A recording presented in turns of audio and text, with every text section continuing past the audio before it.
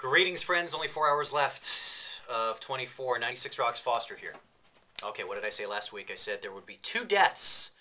Two shocking deaths before the season and series finale of 24. One of the deaths I said was going to be shockingly emotional. The other one was going to be just shocking.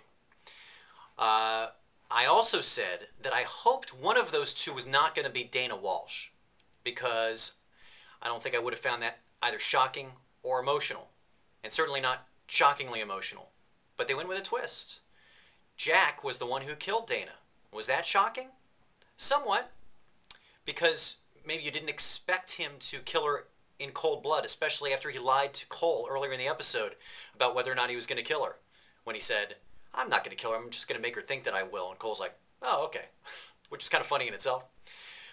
But as I said weeks ago, when Renee was killed, the guy's fury is totally unleashed, and anyone that had a part in that was going to get smothered and killed. And so the fact that he did it was a nice little twist, and I guess was somewhat shocking. But you know what happens on 24 when there's a shockingly emotional death, right? You get the silent clock at the end of the episode. We didn't get a silent clock for Dana. You got the deet, deet, deet. Clock goes silent.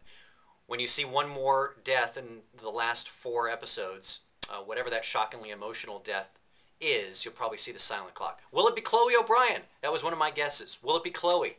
Maybe not. Just read a story where Marilyn Rascube, who plays Chloe O'Brien, says that she's going to be playing Chloe for years to come. That's alluding to the 24 film franchise that's going to launch after the end of the series. So she's basically saying that she's going to be part of it.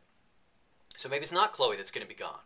And the series creators have already said that Jack Bauer is not going to be gone. So who's it going to be? Who's the shockingly emotional death? Who's left? You know, so many characters are new now since the beginning of this series. So, you know, someone suggested me President Logan. That wouldn't be shockingly emotional, though, would it? Because President Logan is an unlikable character. President Taylor? Yeah, but we haven't known her long enough. She's only been president for 2 seasons. So we'll see how that goes. Waterboarding, I thought, was kind of interesting, right?